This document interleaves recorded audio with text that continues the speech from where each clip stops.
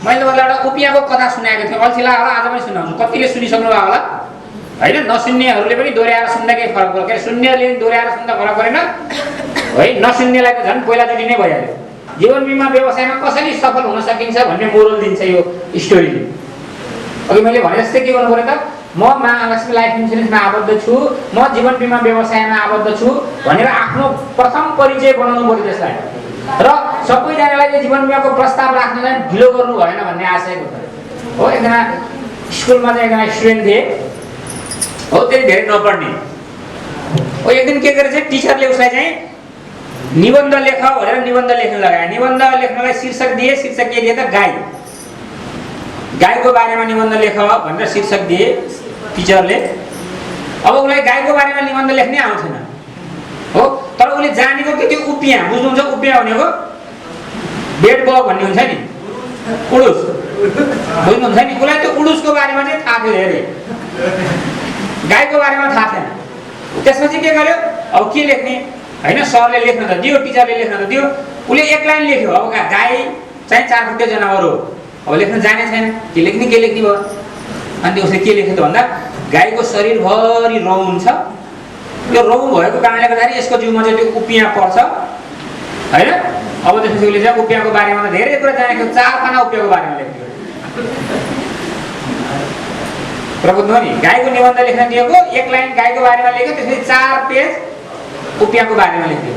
टिचरले पढ्यो त्यो, ल कस्तो मूर्ख रहेछ, गाईको निबन्ध लेख भनेको उपियाँको भन्दा केही लेखेको छैन। अब के गर्यो, फेरि दोस्रोचोटि चाहिँ उसलाई चाहिँ टिचरले चाहिँ अब भैँसीको बारेमा उपन्यास के अरे निबन्ध लेख्न दियो, भैँसीको बारेमा। अनि फेरि भैँसीको बारेमा निबन्ध लेख्न थाल्दाखेरि उसले के गर्यो, अब के लेख्ने फेरि एक लाइन लेख्यो त्यहाँ। भैँसीको पनि 4वटा खुट्टा हुन्छ, यसको पनि शरीरमा अलिअलि रौँ हुन्छ, अलिअलि रौँ भएकोले कहिले कहिले उपियाँ पर्छ। अब फेरि उपियाँकै बारेमा 4 पाना, किनभने उसलाई उपियाँको कुरा धेरै थाहा थियो होइन? फेरि टिचरले उपियाँको बारेमा 4 पाना लेखिरहेको, माछाको बारेमा निबन्ध लेख भन्थ्यो। उसलाई माछाको बारेमा पनि उसलाई केही आउँदैन होइन? अब के गर्ने? अनि माछाको पनि निबन्ध लेखेर उसले के गर्छ भने, माछाको शरीरभरि कत्ला हुन्छ, यदि यो कत्लाको ठाउँमा रौँ भइदिए उडुसको उपियाँ पर्थ्यो। फेरि उपियाँको बारेमा 4 पेज लेखेको छ हो। अब तपाईँले पनि यो स्टोरीबाट के मोरल लिनु पर्यो, के चाहिँ शिक्षा लिनु पर्यो भने, तपाईँ पनि हरेक ठाउँमा जहाँ जानुहुन्छ, जहाँ तपाईँले नयाँ मान्छे देख्नुहुन्छ, जहाँ तपाईँले आफ्ना प्रस्तावित ग्राहक देख्नुहुन्छ, उसलाई बिमाको बारेमा बताउनु पर्यो। त्यो स्टुडेन्टले चाहिँ उपियाँको बारेमा बताए जस्तै तपाईँले बिमाको बारेमा बताउनु पर्यो। हरेक बहाना निकालेर होइन? उसँग परिचय गर्ने क्रममा चाहिँ तपाईँको नाम के हो, कहाँ बस्नुहुन्छ, कहाँ हो, के हो, तपाईँको काम के गर्नुहुन्छ, म त बिमामा काम गर्छु अनि सुरु हुनु पर्यो भनेको। तपाईँले त्यसरी आफ्नो मनको कुराहरू राख्न सक्नुभयो, त्यसरी चाहिँ कमिटेड भएर चाहिँ लाग्नु सबैजना। त्यो पोजिटिभिटीले तपाईँलाई चाहिँ के त भन्दा इनर्जी दिन्छ, अनि इनर्जीले हामीलाई चाहिँ सफल बनाउँछ। यस आई क्यान डु भन्ने भावना हुनु पर्यो हो। सेल्फ इफिकेसी भन्छन्, सबैसँग त्यो सेल्फ इफिकेसी हुनु पर्यो। मैले गर्न सक्छु, म गर्छु भन्ने भावना हुनु पर्यो। त्यसले हामीलाई पोजिटिभ इनर्जी प्राप्त हुन्छ र त्यो पोजिटिभिटीले के गर्छ त भन्दा हामीलाई सफल बनाउँछ। ए मैले चाहिँ गर्न सक्दिनँ कि होइन, मैले भनेका मान्दैनन् कि, कसैले बिमाको प्रस्ताव गर्न खोज्यो भने मैले भनेका मान्दैनन् कि, मैले भनेको चाहिँ यसले चाहिँ टेर्दैन कि, मैले बुझाउन सक्दिनँ कि भन्ने सोच राख्नुभयो भने तपाईँ पछाडि पर्ने सम्भावना हुन्छ। होइन, म गर्न सक्छु, यस आई क्यान डु भन्ने चाहिँ तपाईँको के हुनु पर्यो त, त्यो स्वभाव हुनु पर्यो, त्यो पोजिटिभिटी हुनु पर्यो। त्यो पोजिटिभ सोचले हामीलाई सधैँ अगाडि बढाउँछ हेर्नु होइन। यदि नेगेटिभ सोच राख्नुभयो भने के हुन्छ, मैले गर्न सक्दिनँ कि, मैले भनेकोले मान्दैन कि भन्नुको अर्थ के हो त, तपाईँ मनको कुनै कुनामा अथवा तपाईँको दिमागको कुनै कुनामा तपाईँ त्यो काम गर्न जान्दिनँ भन्ने ठहरिन्छ, त्यो गर्न चाहनुहुन्न भन्ने ठहरिन्छ हो। हाम्रो दिमागले, यो मान्छेको दिमागले तपाईँको चाहिँ के त भन्दा सधैँ जोड, तपाईँको मल्टिप्लिकेसन र चाहिँ तपाईँको चाहिँ एडिसन र मल्टिप्लिकेसन मात्रै जान्छ यसले, डिभिजन र सब्ट्र्याक्सन जान्दैन। प्रबुद्ध हो नि ह्युमन माइन्डले सधैँ एडिसन र मल्टिप्लिकेसन मात्रै बुझ्छ कहिले पनि त्यसै चाहिँ तपाईको चाहिँ सबट्र्याक्सन र तपाईको चाहिँ डिभिजन बुझ्दैन त्यो कारणले गर्दाखेरि तपाईले जे सोच निकाल्नुहुन्छ त्यही तपाईको दिमागमा प्रोग्रामिङ हुन्छ न्युरो लिङ्ग्विस्टिक प्रोग्रामिङ हुन्छ र त्यही मल्टिप्लाई हुने हो त्यही एडिसन हुने हो त्यहाँ तपाईको के भनिन्छ भने तपाईको चाहिँ दिमाग चाहिँ यस्तो गाडी हो जसको तीनटै प्याडल चाहिँ एक्सिलेटर मात्रै हो गाडीमा के हुन्छ तीनटा प्याडल हुन्छ नि तीनटा प्याडलमा एउटा क्लच एउटा एक्सिलेटर एउटा ब्रेक हुन्छ नि हैन तर दिमाग भनेको त्यस्तो गाडी हो जहाँ तीनटै प्याडल एक्सिलेटर मात्र हुन्छ जहाँ थिच्नु हुन्छ हुत्तिन्छ मात्र त्यो है त्यो कारणले गर्दाखेरि हामीले के गर्नुपर्छ सधैँ पोजिटिभ सोच मात्रै राख्नु पर्यो नेगेटिभिटीले हामीलाई खान्छ हामीलाई सक्छ हामीलाई सिद्ध्याउँछ पोजिटिभ सोच राखेर मात्रै हामी अगाडि बढ्यौँ भने बढ्न चाह्यौँ भने हामीले हाम्रो लक्ष्य प्राप्ति गर्नलाई चाहिँ त्यति गाह्रो हुँदैन त्यसपछि मैले गर्न सक्छु म नै सर्वश्रेष्ठ हो यो संसारको मैले गरेपछि नहुने केही छैन हरेक कुरामा पोजिटिभ एस्पेक्ट देख्नु पर्यो पोजिटिभ सोच राख्नु पर्यो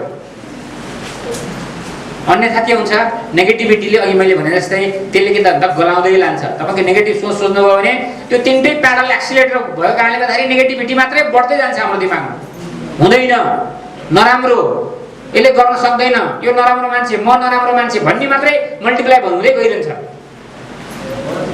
त्यसले हामीलाई असफलतातिर डोराउँछ हेर्नुहोस् त्यो काम छ र त्यसलाई माटोले बेरेर चाहिँ माटोले घेर्छ त्यसलाई माटो ओसारेर र बाहिर त्यो सानो बच्चालाई बाहिरतिरबाट चाहिँ अब उसलाई चाहिँ त्यो माकुराको बच्चालाई कमलकोटी बिर्सिन दिँदैन बाहिरबाट गुरु गुरु गुरु गुरु आवाज निकालेर तर्साइरहन्छ रिपिटेडली तर्साइरहन्छ उसले प्रबुद्ध हो नि भित्रपट्टि सानो माकुराको बच्चा लिएर आएर माटोले बेरेर बेर्यो र बाहिरपट्टि चाहिँ उसले चाहिँ आफ्नो गुडमा गएर राखेर त्यसलाई बाहिरपट्टि चाहिँ उसले आवाज दिनुहुन्छ गुरु गुरु गुरु गुरु गुरु गरेर माटो बाहिर त्यो आवाज सुन्दा उसले त्यो माकुराको बच्चाले त्यो कमलकोटीलाई भुल्नै सक्दैन त्यो आवाज सम्झिँदा त्यो आवाजले डराउँदा सुन्दा केही समयपछि एउटा निश्चित दिन कति दिन लाग्छ मलाई थाहा छैन त्यो समयपछि त्यो माकुराको बच्चा अब कमलकोटीमा परिणत हुन्छ हेर्नुहोस् यो यथार्थ हो फ्याक्ट हो साइन्सले प्रमाणित गरेको कुरा हो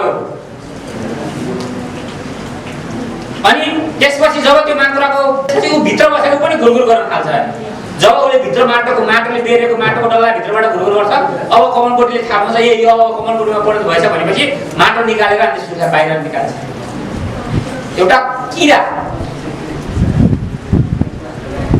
एउटा सानो प्राणीलाई पनि त्यो रिपिटेड इमेजिनेसनले त्यति असर गर्छ भने हामी त प्रकृतिको सर्वश्रेष्ठ प्राणी हो There is no space for further evolution भन्छ हाम्रो ह्युमन ब्रेनलाई अब फर्दर डेभलप हुने कुनै ठाउँ चाहिँ बाँकी छैन नि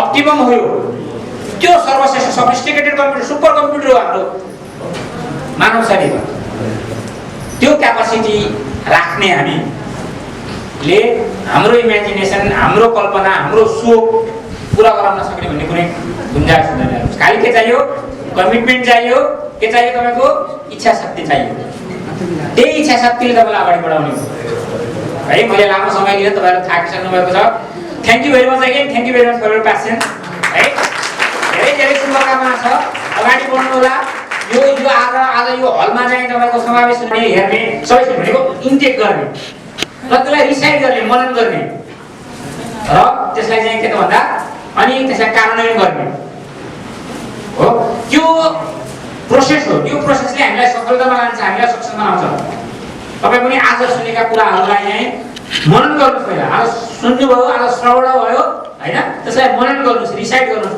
यो के गर्न सक्छु मैले के गर्न सक्दिन के गर्न ठीक हो के गर्न बेठिक हो यो ठीक हो होइन र त्यसपछि त्यसलाई चाहिँ इम्प्लिमेन्ट गर्ने चेष्टा गर्नुस् try to convert it into action त्यसले तपाईलाई सफलता बनाउँछ अब हामी खाजा खाएर सायद आफ्नो घर घर जान्छौं र यो क्वार्टरमा अघि प्रशान्तजीले भने जस्तै कम्तिमा 6 लाख रुपैयाँ सेल फुडमा गरेर हाम्रो क्वार्टरले हुने प्रोग्राममा चाहिँ फेरि यसरी नै भेट भएर फेरि यसरी नै चाहिँ यो कार्यक्रममा फेरि यसरी नै हाम्रो चाहिँ कुराहरु चाहिँ साटासाट गर्छौं है बस थ्यांक यू भेरी मच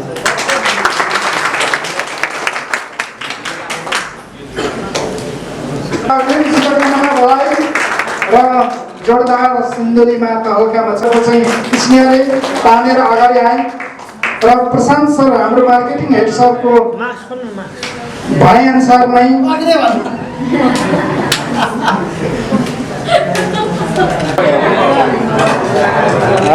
लु अब चाहिँ भयो कि